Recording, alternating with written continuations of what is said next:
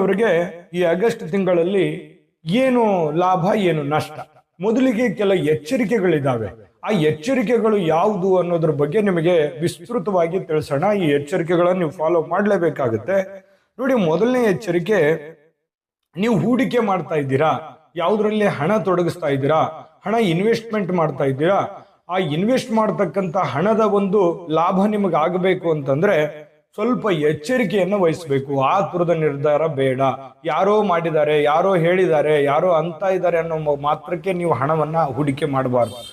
ಯಾಕಂತಂದ್ರೆ ನೀವು ಯಾರೋ ಮಾಡಿದ್ದಾರೆ ಅಂತ ತಿಳ್ಕೊಂಡು ನೀವು ಮಾಡೋದು, ಅಥವಾ ಓವರ್ ಕಾನ್ಫಿಡೆನ್ಸ್ ಇಂದ ಮಾಡ್ಬಿಡೋದು, ಈ ರೀತಿ ಮಾಡೋದ್ರಿಂದ ಅನೇಕ ಸಮಸ್ಯೆಗಳನ್ನ, ತೊಂದರೆಗಳನ್ನ ಅನುಭವಿಸುವಂತಹ ಸಾಧ್ಯತೆಗಳು ಕಂಡು ಬರ್ತಾ ಇರತಕ್ಕಂಥದ್ದು.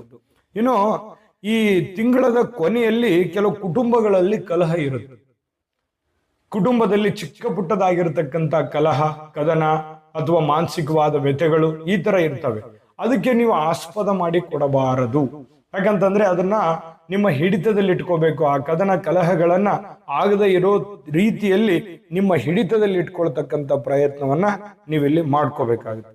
ಇನ್ನು ಮೂರನೇ ಎಚ್ಚರಿಕೆ, ಆರೋಗ್ಯದ ಕಡೆ ಬಹಳಷ್ಟು ನೀವು ಗಮನವನ್ನು ಹರಿಸಬೇಕಾಗತ್ತೆ. ಆರೋಗ್ಯ ದೃಷ್ಟಿಕೋನದಿಂದ ಸ್ವಲ್ಪ ಕಾಲಿನ ನೋವಾಗಿರ್ಬೋದು, ಅಥವಾ ಈ ತಲೆನೋವಾಗಿರ್ಬೋದು, ಸ್ವಲ್ಪ ಆರೋಗ್ಯದ ಬಗ್ಗೆ ಬಹಳ ಗಮನ ಹರಿಸ್ಬೇಕು. ಚಿಕ್ಕ ಪುಟ್ಟ ಸಮಸ್ಯೆ ಇದೆ ಅಂದ ತಕ್ಷಣ ಆಗಿಂದಾಗೆ ಆ ಸಮಸ್ಯೆಯನ್ನ ಬಗೆಹರಿಸೋದ್ರ ಕಡೆ ನೀವು ಗಮನವನ್ನು ಹರಿಸ್ತಕ್ಕಂಥ ಪ್ರಯತ್ನವನ್ನ ಮಾಡ್ಕೋಬೇಕು. ಅಂದಾಗ ಮಾತ್ರ ನಿಮಗೊಂದಿಷ್ಟು ಅನುಕೂಲ ಆಗುತ್ತೆ, ಉಪಯುಕ್ತವಾಗಿರ್ತಕ್ಕಂಥ ಫಲಗಳು. ಅಂದ್ರೆ ಆರೋಗ್ಯ ಚೆನ್ನಾಗಿತ್ತು ಅಂತಂದ್ರೆ ಎಲ್ಲದರಲ್ಲೂ ಕೂಡ ಮನುಷ್ಯ ಸಕ್ಸಸ್ ಕಾಣೋದಕ್ಕೆ ಸಾಧ್ಯ ಅನ್ನುವಂಥದ್ದು ನಿಮ್ಮ ಗಮನಕ್ಕೆ ಇರಬೇಕು.